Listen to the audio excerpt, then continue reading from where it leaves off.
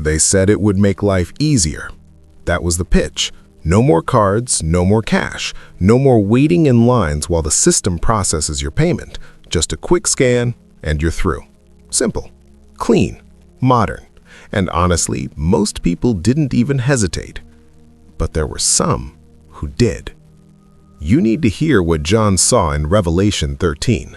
He saw a time coming when no one would be able to buy or sell without a mark on their right hand or their forehead. And for a long time, people read that and thought, that's impossible. That could never actually happen. Look around you right now. Is it still impossible? If this is already hitting something in you, that tight feeling in your gut right now, don't ignore it. Subscribe to Saved or Deceived. I'm serious, you may not find your way back to this channel again. And what we're about to get into, you need to be sitting down for it. So, here's where the story gets real, because it's easy to say you'd never take it. Easy to say that when your bills are paid and your fridge is full. But what about when it isn't? What about when they're turning people away at the grocery store and your kids are hungry and someone's standing right there telling you all you have to do is say yes? That's not a hypothetical. That's exactly the pressure Revelation is describing. And here's the terrifying part. Revelation 14 says that whoever receives that mark will drink the wine of God's wrath. No exceptions, no grace period after the fact. The choice once made is made. But there were people who said no.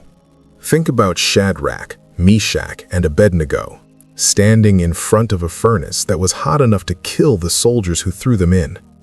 And they looked at the king and said, "Our God is able to deliver us.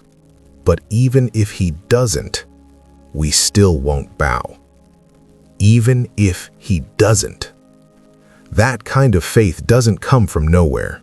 It gets built, quietly, in the ordinary days before everything gets hard, in the moments when nobody's watching and you choose God anyway, when it costs you nothing, because one day it might cost you everything.